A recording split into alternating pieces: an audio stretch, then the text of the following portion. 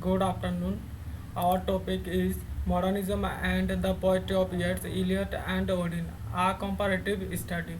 My ID is 143101049. My part is Modernism. What is Modernism? Modernism is a comprehensive movement which began in the closing year of the 19th century and has had a wide influence internationally during much of the 20th century. It rebelled breaking away from established rule, tradition and convention, fresh way of looking at the man, position and function in the universe and many experimenting in from and style. It is particularly concerned with language and how to use it. It is a style or movement in the art that aim to break with the classical and traditional from change the present. Modernism encompasses the work of thinkers who rebelled against the 19th century academic tradition, believing in the traditional form of art, architecture, literature, religion, faith, social organization, and daily life are becoming outdated. Pessimism. The pessimism of 20th century poet is not of the nature of the somewhat stylish melancholy of Shelley or love song of J. Alfred Prokop and the Wasteland by Eliot and Second Coming. No second Troy Byzantium moved with it enjoy of self pretty. It is more intellectual and more impersonal. A romantic tendency. The such poetic social concern is basically called to all romantic tendency. Most modern poet, as we have said earlier, is con all romanticism, even the subdued kind of romanticism as in tradition. The other have also freely titled against the traditional romanticism. Still, few modern poets manifesto unmistakable romantic tendencies. Among these poets may be mentioned W.B. Yeats, John Mansfield, and Edward Thomas. Yeats' imagery is often of mythical splendor, nature. Another romantic tendency to be found in some modern poetry is interest in nature. Nature some poet because of offers us a wonderful contrast with the hubbub and ugliness of an industrialized and other sophisticated age, such as Mansfield, Robert Bridge, W.B. Davids, and Edmund not find any mystical significance in nature, but they are all the same. Religion and mysticism. Religion and mysticism also find a place in the work of some poet of the 20th century. And Francis Thompson, who wrote religious poetry towards the end of the preceding century, seems to have inspired a number of poets of this century. In the poetry of Yeats, we have something religious now and then. He is selling to Byzantium, and Byzantium is notable for with religious feeling and celebration of afterlife. Even mystical strains are found in those poems. Thank you, sir.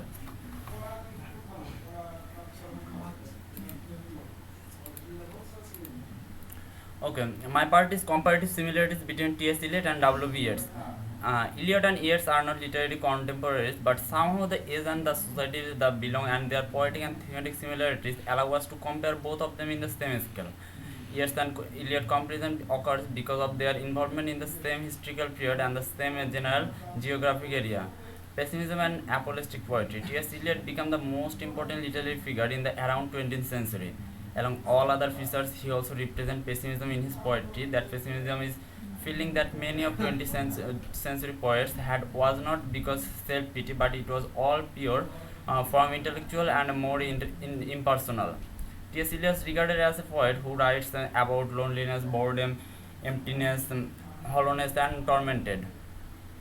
Like Eliot, Yeats' poetry is marked with pessimism. After his disappointment with Morgan and his disenhancement with the Irish national movement, Yeats started writing witness and pessimistic poems. Various uses of symbols, images, and allusions. Yeats' uses of symbols in poetry is complex and rich. He was the chief representative of the symbolist movement. He draws his symbols from Irish folklore and mythology, physiology, metaphysics, occult magic, painting, and drawing. Several allusions are compressed into a single symbol.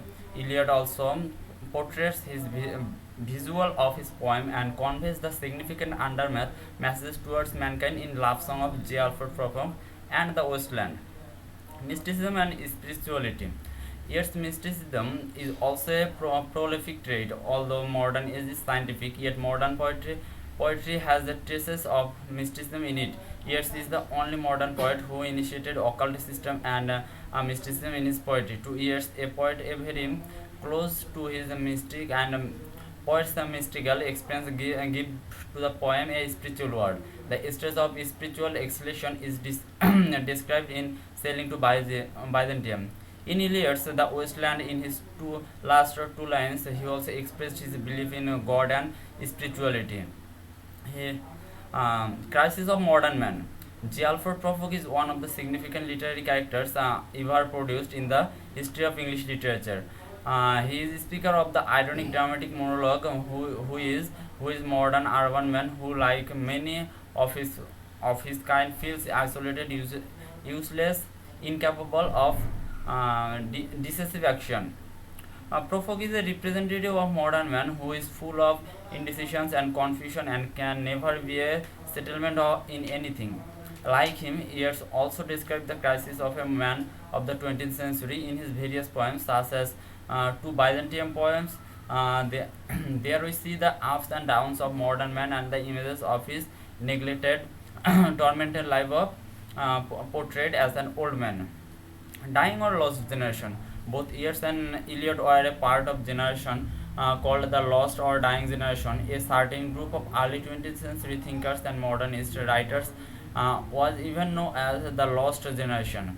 The group usually included only American writer, but the term was a popular one used to indicate the whole generation which has gone through the uh, true traumatic nightmares of World War One. So we can say all the characters of the poem bear the sign of Eliot being a member of the lost or dying generation without any doubt. Now Tawfiq will describe the next part. Thank you, Sonat Sharka. My name is Tawfiq Islam. Now I will discuss about the comparative differences between Yeats and Elias. First, I would like to talk about their personal life in both relationship and both warfare, because we know that W.B. Yeats has been rejected 4 times by Morgan, and he has an active influencement and contributor to the Irish revolutionary movement. So we see in many his poem lot of political pictures, images, and the personal touches. Reference of Morgan, he compares Morgan with the paragon of beauty, with the Helen, and he even write many poems on the basis of the relation with him and Morgan. But we hardly see any such personal touch of experience in the poetry of T.S. Eliot. And then we can talk about their approach to their poetry, because if we see J. Alfred Prufrock, the whole poem is written in the first person point of view. So we can only see what the J. Alfred Prufrock is seeing. We can only hear what J. Alfred Prufrock can hear, and we can only feel what J. Alfred Prufrock is hearing. And because of that, we get only the individualistic point of view of the modernist society. But that case is not the same as the with the W.B. Yeats, because if we look at his poem Second Coming, No Second Troy, Leda and the Swan, A Prayer for My Daughters, in all of that a certain action is happening, either taken from Greek mythology or historical reference or allusions, but his whole poem is based on that action. So he actually expressing his thought through the whole action and in a societal point of view, not an individualistic point of view. And in next part we can say about the symbolism and uses of imagery.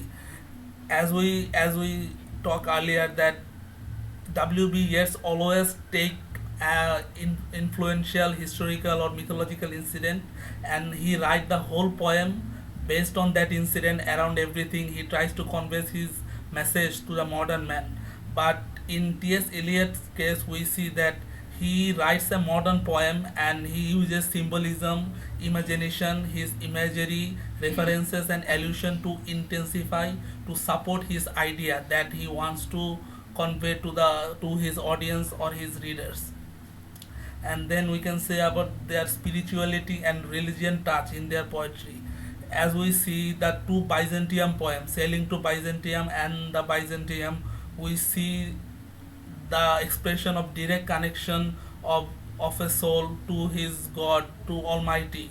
But except the last two lines of the Wasteland, we hardly see any such direct celestial connection with the Almighty towards towards the common man, because in everywhere he described about the purgation and salvation, but he never really described anything such as the God or anything. But we often see, and or we can say frequently see, that W.B. Yeats often mention God, Almighty, or Emperor of Byzantium city as the Almighty, and we have to get salvation from them, from him.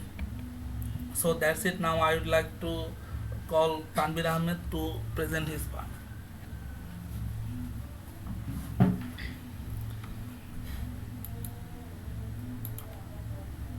Welcome, sir. My name is Tanvir Bodhan. My part is a comparison of W.S.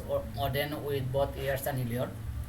There are not much difference in the poetry of W.S. Auden with W.B. Yeats and T.S. Eliot on the thematic ground. For a modern poet, it is inevitable to ignore the sufferings of mankind, destructive, seductive attitude of people of that age, broken down of the past tradition and values, isolation, existential crisis of modern man, their inner hollowness, etc. But as he belongs to the generation ahead from Yeats and Eliot, so there is for sure some new that elements that Auden added to his stock. Besides, he gets lucky to obscure the post-war world for a pretty long time, unlike Yeats and Eliot. The new things we see in Auden's poetry are theme of love. While Auden is known for his poems about heady themes such as death and the role of poetry, he is also renowned for his love poems. Many of them, such as as I walked out of evening, lullaby by, and yet oh tell me the truth about love, features stinging passages about how beautiful and inspiring love can be, and funeral blues features a man deeply in love with another. Although most of them somehow again get back to theme that love is sweet, but it does not exist in a universe devoid of suffering, earning of affection, or of course death. As poets of early modern era, we hardly see any works, Yeats and Eliot, completely based on the theme of love. Occurrences happening all over the world and around them did not actually allow them to concentrate on this theme. Rather, Yeats has a bitter taste of love, who is rejected by mouth gone four times. So, not seeing of any glorified writings on the theme of love in them is no surprise at all. Then, the value of every man. Auden many occasionally write of great men such as Freud, Yeats, and Bonhoeffer. But his poetry is equally famed for its celebration of the common man. In poems like Night Mail and Oh Tell Me the Truth About Love, Auden imagery and language are common artly. He presents a panoply of people, rich and poor, silly and smart, busy and idle. We see Yeats and Eliot are writing about the greater good of society, future complex theme of modern man and aftermath of wars, but not about going deep into the human psyche like Auden did. Prosaic style of poetry. Unlike Yeats and Eliot, Auden is not a huge believer of ornamentation of poetry. His pithy straightforward about his opinion, and we frequently see things of this in the very title of his poem. They had like a name of project assignment rather than a name of poetry. Most of his poems are unrhymed, written in free verse, and completely avoid any kinds of indirect purpose. Readers get a feeling as if they are reading an essay. He is also a critical essay writer too. Conclusion. To draw an epilogue in our discussion, we can say that Yeats, Eliot, and Auden, all of them are the crowning jewels of English literature. All of their lifelong contribution, along with many of their contemporaries, culminated in a movement named modernism. This movement, or more especially modern poetry, which is perhaps the strongest and most successful blessing of modern era, made all of them raise to a voice on behalf of this voiceless in a world where everyone is busy in self-interred materialistic view. Flaws, falls, turmoil, tension, conflicts, stream of overconsciousness, fury, mire, complexity, and fragile faith, spiritual salvation.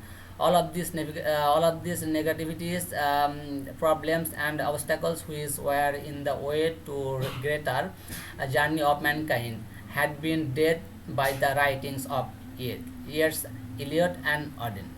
Their paths of approach these all of 20th century early modern world may be various from one another, but at the end, all three of them brought their timeless work, sing the song of hope, joy, connection with the almighty, regret, purgation, values of tradition, spirituality, soulfulness, and last but not the least, all of them sing the song of humanity.